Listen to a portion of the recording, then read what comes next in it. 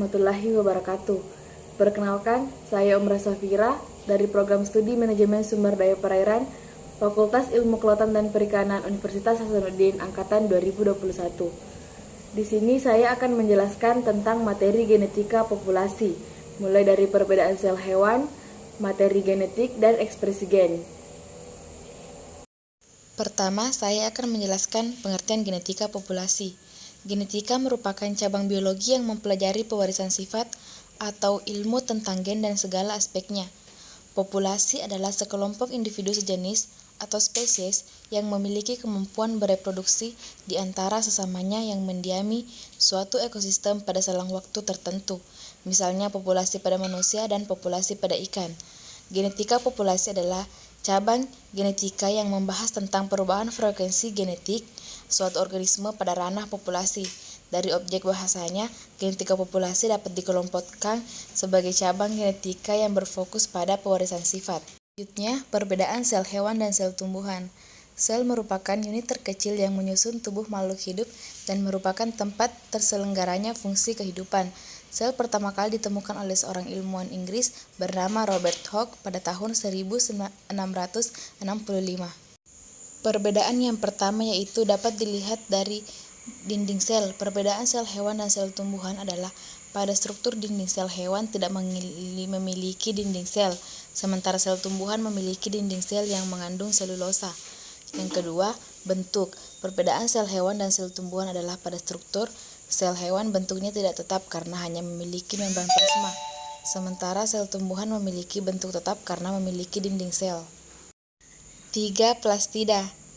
Perbedaan sel hewan dan sel tumbuhan adalah pada struktur sel hewan tidak memiliki plastida, sementara pada sel tumbuhan memiliki plastida. 4. Mitokondria. Pada struktur sel hewan memiliki mitokondria banyak, sementara pada sel tumbuhan memiliki mitokondria sedikit karena fungsinya dibantu oleh plastida. Yang kelima, vakuola. Perbedaan sel hewan dan sel tumbuhan adalah pada struktur sel hewan memiliki vakuola banyak dengan ukuran yang kecil, sementara sel tumbuhan memiliki vakuola sedikit tetapi ukurannya besar. Yang keenam, sentrosom. Perbedaan sel hewan dan sel tumbuhan adalah pada struktur sel hewan memiliki sentrosom dan sentriol tampak jelas, sementara sel tumbuhan sentrosom dan sentriolnya tidak jelas. Selanjutnya, materi genetik.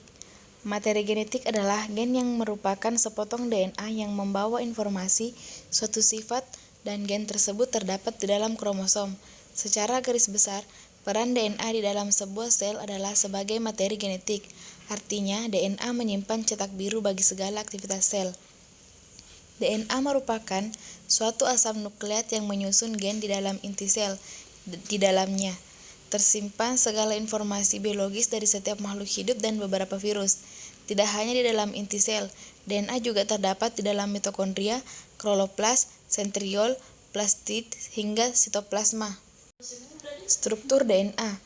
DNA adalah suatu molekul besar kompleks yang terdiri dari dua pita panjang yang saling berpilin membentuk heliks ganda. Dengan setiap pitanya merupakan suatu polimer dari ratusan hingga ribuan nukleotida. Fungsi DNA membawa informasi genetik, memiliki peran dalam pewarisan sifat, mengekspresikan informasi genetik, menyintesis molekul kimia lain, dan menduplikasikan diri atau bereplikasi. Selanjutnya RNA. RNA adalah makromolekul polinukleotida berupa rantai tunggal atau ganda yang tidak berpilin seperti halnya DNA. RNA banyak terdapat pada ribosom atau sitoplasma dan keberadaannya tidak tetap karena mudah terurai dan harus dibentuk kembali. Struktur RNA. RNA adalah suatu polinukleotida yang tersusun dari banyak ribonukleotida. Fungsi RNA. RNA berperan dalam proses sintesis protein di dalam sel. Akan tetapi, pada beberapa jenis virus, RNA berperan seperti DNA untuk membawa informasi genetik. Selanjutnya, ekspresi gen. Ekspresi gen adalah rangkaian proses penerjemahan informasi genetik dengan menggunakan gen sebagai cetakan menjadi protein, dan selanjutnya menentukan fenotip. Informasi yang dibawa bahan genetik tidak bermakna apapun bagi suatu organisme apabila tidak diekspresikan menjadi fenotip. Ekspresi gen pada organisme terdiri dari dua proses, yaitu proses transkripsi dan translasi. Pertama, proses transkripsi. Pembuatan RNA dengan menvalin beberapa berkas DNA atau proses penvalinan kode-kode genetik yang ada pada urutan DNA menjadi molekul RNA. Proses translasi. Proses penerjemahan kodon atau 3 nukleotida berurutan atau yang menjadi satu asam amino yang ada pada molekul mRNA menjadi rangkaian asam-asam amino yang menyusun suatu polipeptida atau protein. Sekian dari saya, terima kasih. Assalamualaikum warahmatullahi wabarakatuh.